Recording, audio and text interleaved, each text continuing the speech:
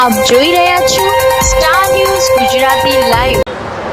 આજરોજ મકર સંક્રાંતિ અનુસંધાને કરુણા અભિયાન અંતર્ગત આજે જે મણિનગર પોલીસ સ્ટેશન ખાતે એના સહયોગથી જય મળી ગ્રુપના સહયોગથી જે કાર્યક્રમ રાખવામાં આવેલો એમાં અશોક સટપાલ અને એમની ટીમ જે કામ કરી રહી છે, ખૂબ જ સારી રીતે કામ કરી રહી છે।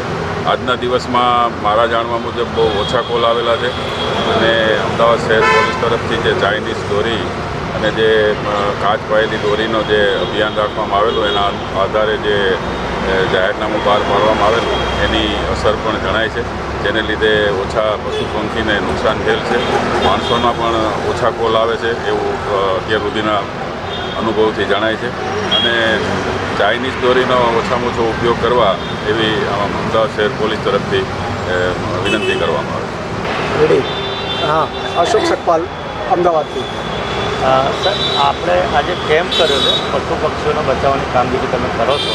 વર્ષ દરમિયાન 24 કલાક 7 દિવસ 365 દિવસ કાર્યરત હતો એવું અમને જાણવા મળ્યું છે।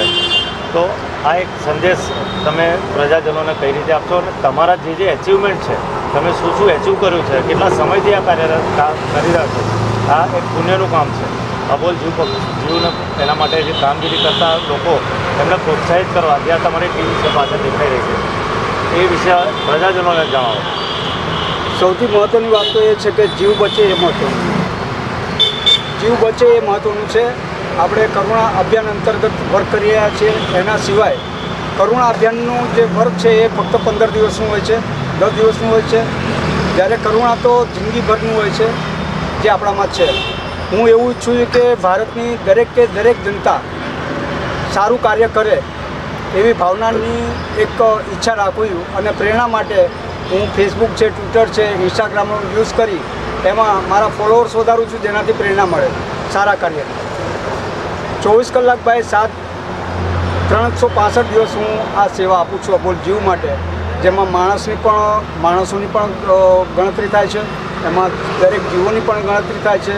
થેલેસેમિયાના બાળકો માટે રક્તદાન પણ કરું છું, પ્લાન્ટેશન પણ કરું છું। આ દરેક કાર્યોની અંદર નિપુણતા છે। ગરીબમાં ગરીબ વ્યક્તિ જો રોડ ઉપર ઢસડાતો હોય તો એને હું દવાખાના સુધી પહોંચાડવાનું પણ કામ કરું છું।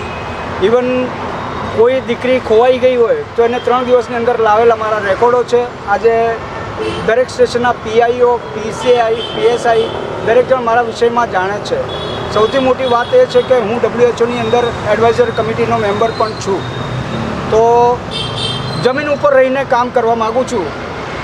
આજે 58 વર્ષે હું આ વર્ક કરી રહ્યો છું, પણ સહેજે મોટા પણ નથી, નાનામાં નાનું કામ પણ કરવાનો આશય રાખું છું। એવી જ રીતે ભારતના દરેક વ્યક્તિ આવા જીવદયાના કાર્ય કરે એના માટે શુભેચ્છા આપું।